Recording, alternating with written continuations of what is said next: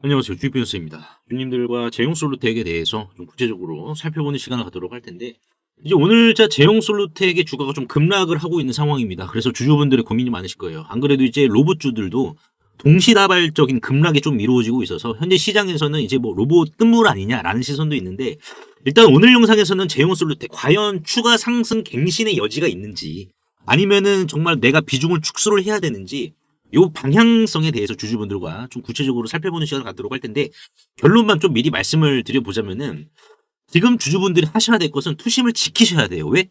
추가 상승의 갱신에 대한 답은 이미 나와 있어요. 여러분들. 그 답은 이미 나와 있기 때문에 여러분들은 그 답에 타시기만 하면 되는 상황입니다. 그래서 그 답이 무엇인지 주주분들과 좀 살펴보도록 할 텐데, 일단 지금 우리가 봐야 될 부분이 뭐냐면은 이겁니다. 이제 로봇주들이, 제가 이거는 좀 말씀을 드리고 싶어요. 뭐냐면은 지금 로봇주들이 이제 조정이 나오고 나니까는 뭐 이제 뭐 끝물이다라고 하는 시선 자체가 이제 본질적인, 이게 왜 나오냐면은 돈을 이제 못 벌기 때문에 그렇습니다. 돈 자체를. 그러니까는 돈을 못 벌고 그냥 미래 기대감만 다 땡겨받는 게 아니냐, 이런 시선이 있는데, 근데 이거는 반은 맞고 반은 틀려요. 그러니까 제용솔루텍 입장에서는 그 부분 자체가 성립을 하지 못한다라는 겁니다. 지금 제용솔루텍 같은 경우는 PER이 몇 배입니까, 여러분들? PER이 127배예요. 그러니까 127배, 이게 이제 2024년의 실적을 기반으로 해서 성립이 된 거거든요. 그러니까 이거는 백미러 숫자예요. 백미러 숫자. 우리가 과거의 성적표를 보고 너무 비싸다고 하면서 겁을 먹은 겁니다. 근데 투자라는 것은 운전과 마찬가지로 백미러를 보고 하면 안 되고 앞유리를 보고 운전을 해야 되는 것처럼, 지금 여기 나와 있는 PER 자체는 백미러에 불과하다라는 거예요. 일단 요것 먼저 말씀드릴게요. 김태일 부사장님이 이제 제시한 2025년 가이던스가 있습니다. 기사 찾아보시면 아실 건데, 이때 이제 영업이익이 150에서 200억 정도가 나올 것이다, 이렇게 지금 언급을 하셨어요. 그러면 이게 이제 뜻하는 게 뭐냐면은 고평가 논란은 수학적으로 완전히 소멸을 한다는 거예요. 자, 보시면은 지금 이제 영업이익에서 법인이나 기타 비용을 제외해서 보수적으로 영업이익의 75%를 잡으면은 PER 127배가 의미하는 게 뭐냐? 영업이익이 이렇게 나오니까는 더 디스카운트가 된다는 겁니다. 이게 지금 중요해요. 지금 시나리오 1과 시나리오 2로 나눠지는데, 시나리오 1입니다. 보수적으로 봤을 때 영업이익 150억입니다. 김태일 부사장님이 언급하신 최하단선을 적용을 시키면은 사실상 제용솔루텍의 예상 주가 수익 비율인 PER이 65배로 성립이 돼요. 약간은 높을 수는 있겠죠. 근데 중요하게 봐야 될 것은 뭐예요? 현재 PER 127배에서 보수적으로 보더라도 절반 이하, 반토막이 나는 겁니다. 자, 이게 무슨 말이냐면은, 자, 우리가 이제 발 사이즈로 우리가 이해를 하면은 편하실 거예요. 뭐냐면은, 우리가 이제 초등학생 뭐 자녀가 있다라고 가정했을 때, 이 애가 뭐 발이 뭐 180입니다. 예를 들어서.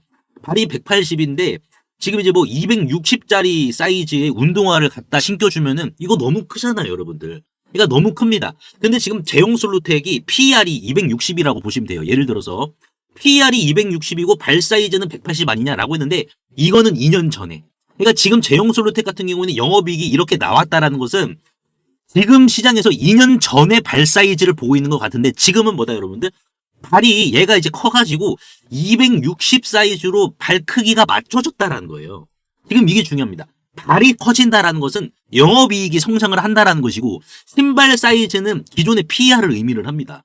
그러니까 지금 우리가 제용솔루텍을 봤을 때 얘가 성장을 하고 있어요, 안 하고 있어요? 성장을 하고 있기 때문에 PER이 반토막이 되는 겁니다, 여러분들. 그러면 뭐예요? 얘가 앞으로 영업이익이 계속해서 나온다라는 반증이기 때문에 그 영업이익에 맞춰서 어떻게 해야 되겠습니까? 영업이익이 커지니까는 발 사이즈가 커져. 그러면은 신발 사이즈도 같이 커져야 된다라는 반증이에요. 자, 근데 이거는 여러분들 보수적으로 봤을 때고, 긍정적으로, 그냥 긍정 쪽도 너무 호의적으로 베푼 게 아니라 평균 수준으로 우리가 좀 적용을 해봤을 때는, 예상 순이익을 이제 사실상 200억 달성을 하면은 200억 달성 시 150억입니다. 보수적인 것은 150억에서 112억을 적용을 한 거고요. 지금 150억을 달성했다라고 하면 얘 PER이 어떻게 돼요? 48.7배로 떨어집니다.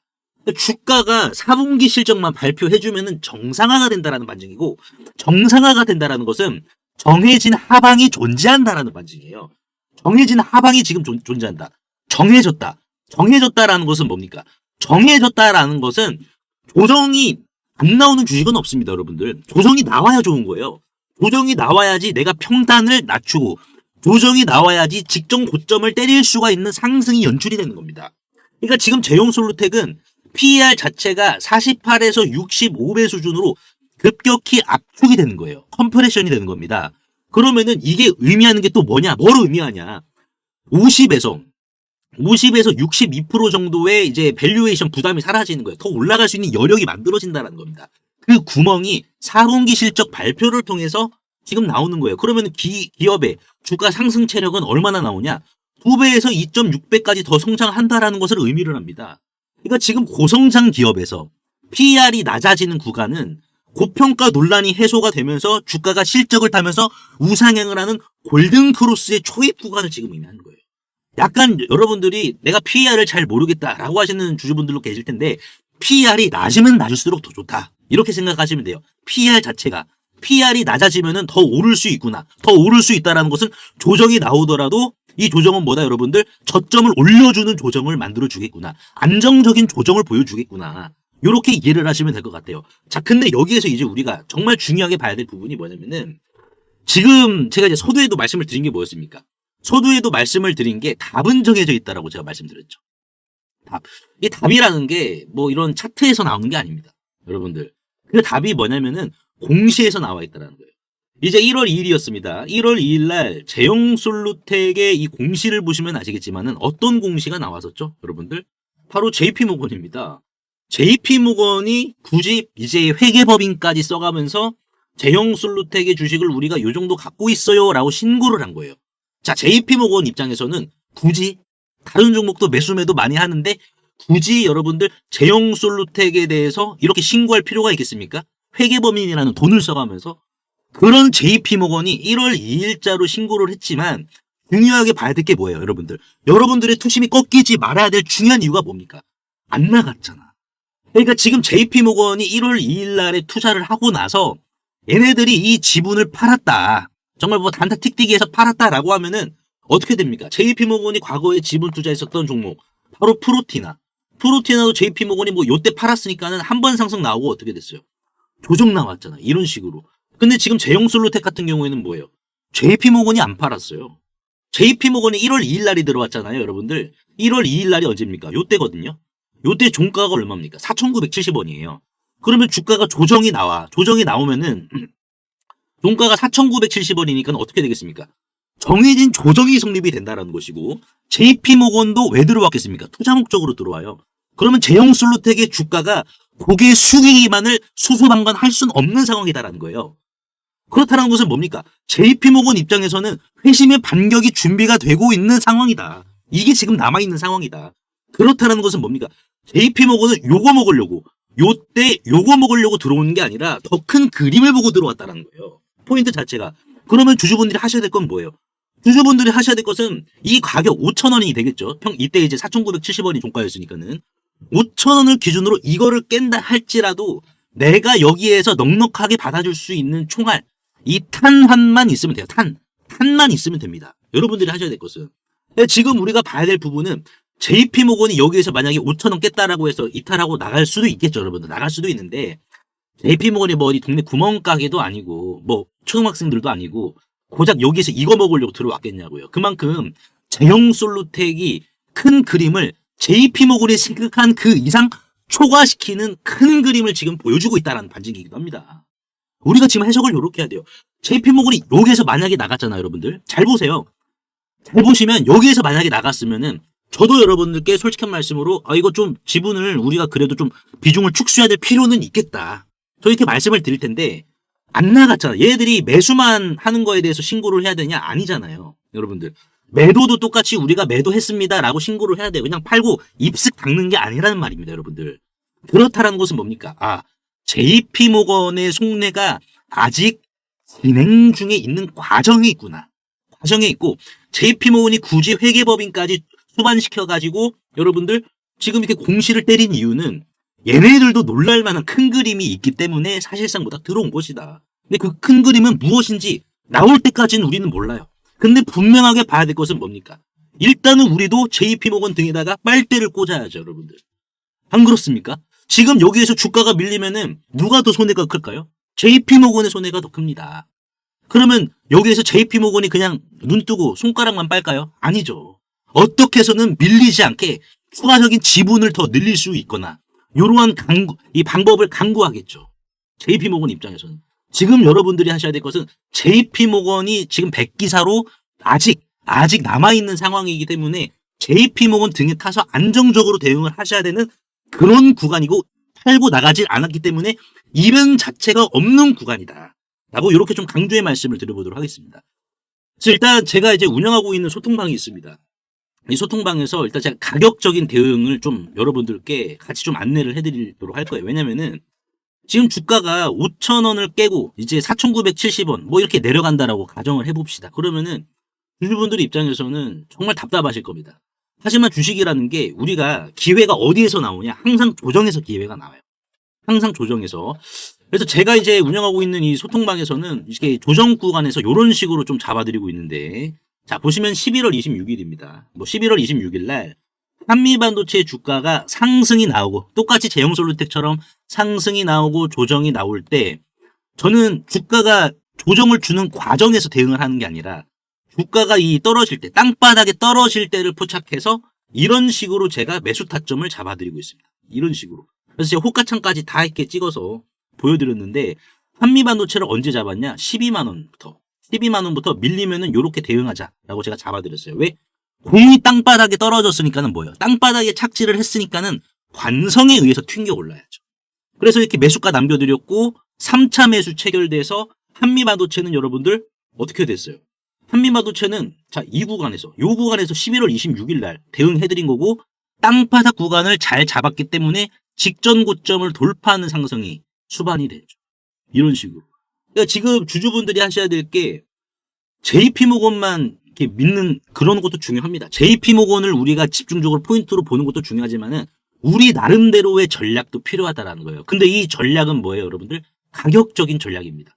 여러분들이 흔들리시지 않고 실시간 수급이 어떻게 이루어지고 있으며 지금 제형솔루텍에 있어가지고 추가적인 아직 나오지 않은 호재들이 어떤 게 있고 그 근거는 무엇인지 요거를 이제 주가에 적용을 시키면 얘는 주당 얼마를 반영을 시켜야 되는지 이러한 부분들.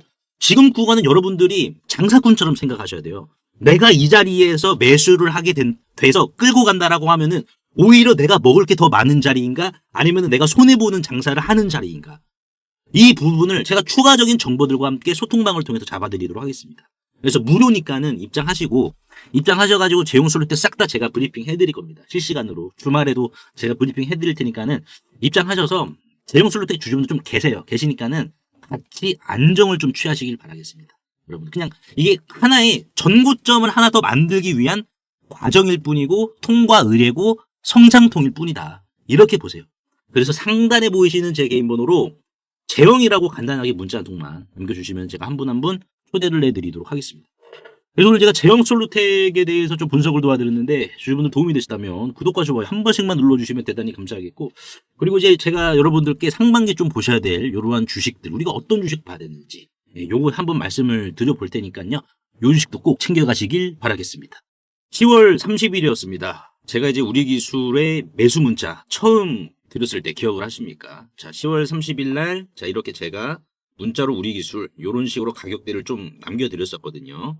이때 주가는 바로 안 갔습니다. 오히려 이제 조정이 좀 나왔었죠. 이런 식으로요. 그래서 밤잠 설치신 분들, 정말 신경 많이 쓰신 분들 많이 계셨는데, 하지만 제가 이때마다 이제 두산 에너빌리티와 마찬가지로 우리기술도 문자로 뭐라고 말씀을 드렸냐? 흔들리지 마셔라.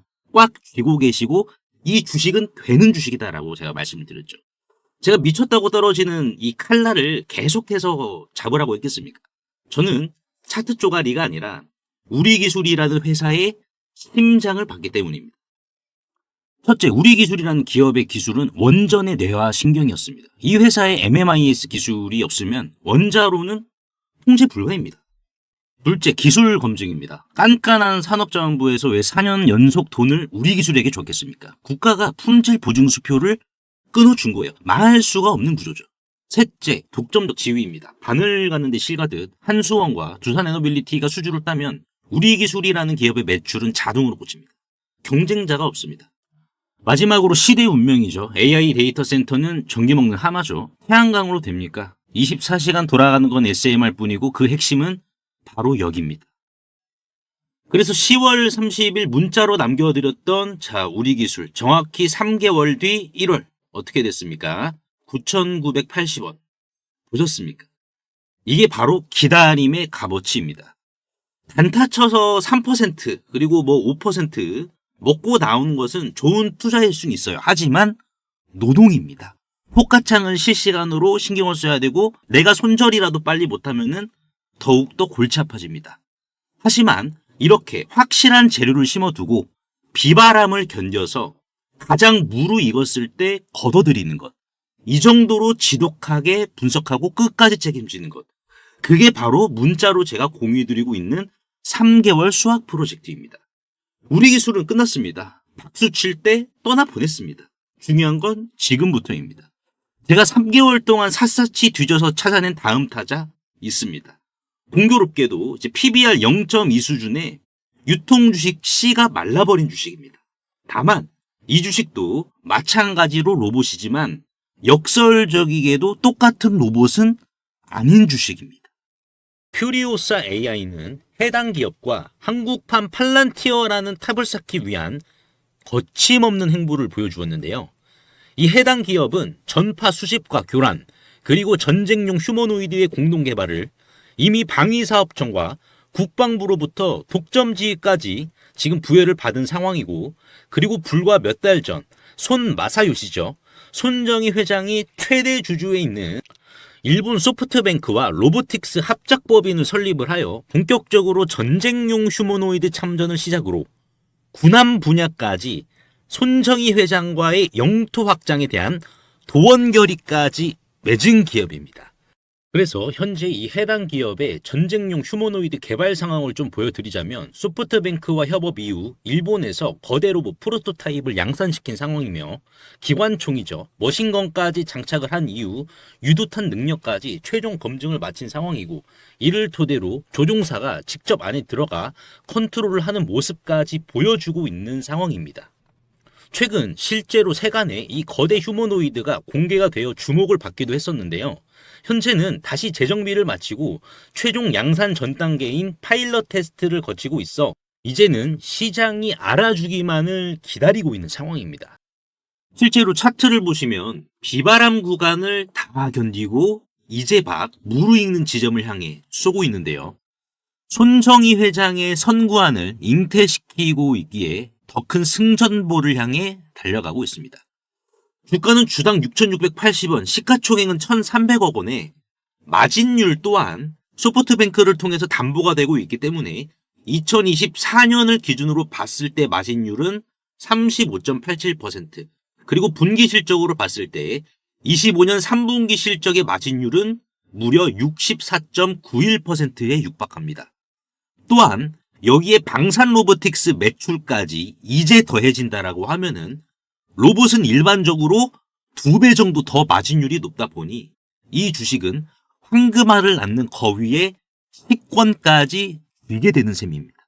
코스닥 상장사인 이 해당 기업의 소프트뱅크와의 로보틱스 합작까지 성사시킨 이 주식 이름이라도 한번 확인해 보시길 바라겠습니다. 영상 하단의 더보기 창에 이렇게 간편 문자 보내기 링크를 걸어드렸습니다. 그래서 이거를 누르시면 제 번호를 입력하지 않으셔도 편하게 바로 문자 보내실 수 있으시니까요. 확인 후에 이 해당 종목의 이름과 시장에 알려지지 않은 치면의 호재까지도 같이 안내를 해드리도록 하겠습니다. 100% 무료이기 때문에 부담 없이 확인을 하셔서 이 긁지 않은 복권주로 여러분들의 큰 부를 만들어 가시길 바라겠습니다.